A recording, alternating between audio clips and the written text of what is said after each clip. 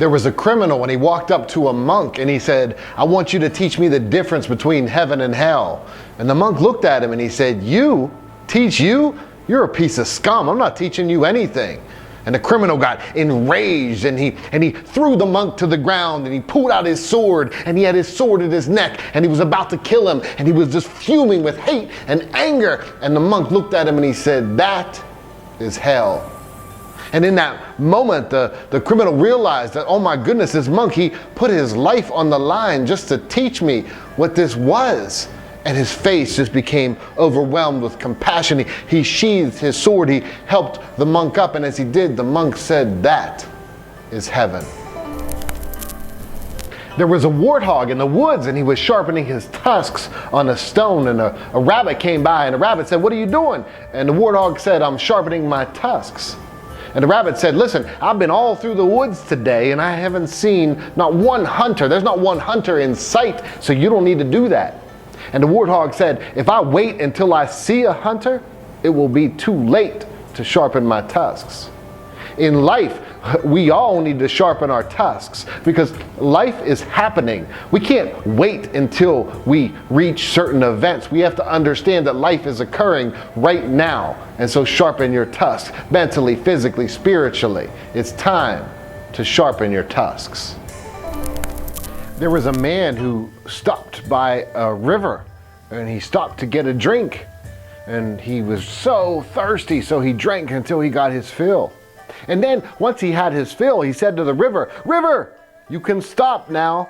I am full." He actually told the river to stop because he had had enough. Of course, the river kept on flowing. Anybody who was passing by just looked at the man and thought he was pretty foolish. But here's the thing.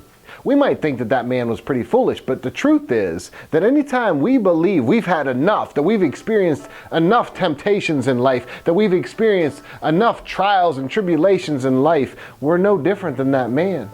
Oftentimes we say to life, "That's it, I've had enough." But the truth is, as long as we're living, we're going to experience obstacles, and that's okay. Because the ultimate goal is not getting rid of obstacles, but being able to handle them in the best possible way. There was a beggar who lived in the park and he sat on the same box for 25 years. And year after year he would beg people for money. And one day he asked the man for money. And the man looked at him almost with a piercing gaze, looking almost through his soul, and he said, "What is it that you're sitting on?" And the beggar said, "Oh, this old box? I don't know. It's just something I've been sitting on for all these years." And the wise man looked at him and he said, "Why don't you take a look what's inside?" And when the beggar did, he looked inside and saw that there was an enormous piece of gold. You see, this beggar had been sitting on this gold for all these years, searching elsewhere, looking outside himself for wealth that he had all along. And we might think that the beggar is foolish, but the truth is, that's you and that's me. That's all of us when we look outside of ourselves for answers. There was a little boy and he was sitting on the porch steps and he was sad, he was crying. And another little boy came up to him and he said, "What's the matter?" And the little boy said, "I got a new shirt today." And the other little boy said, "But that sounds like a really happy thing." And the boy on the steps who was crying said, "Yeah, but it'll get old one day." And we might think, man, the little boy on the steps, that's kind of selfish, right? Because he's thinking about already how something that he has right now will get old one day. But the reality is that you, me, and everyone else in the world, we do the same thing when we fail to appreciate the present moment. Look, the past is gone. There's nothing that we can do to get it back. The future, it's hypothetical. It's just out there. But the present is real. The present is all we have. And when we can embrace the present moment, our lives can significantly change.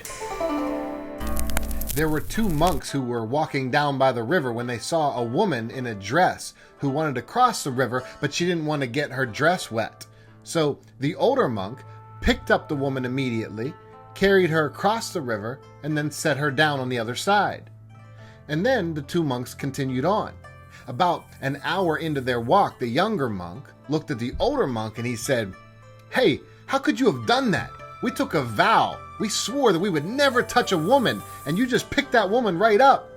And the older monk looked at the younger monk and he smiled. He said, "Brother, I set that woman down an hour ago, so why are you still carrying her?" You see, in life, you and I, we're both probably carrying things that we don't need to be carrying anymore. It's time to let go of all the things of which you really need to let go.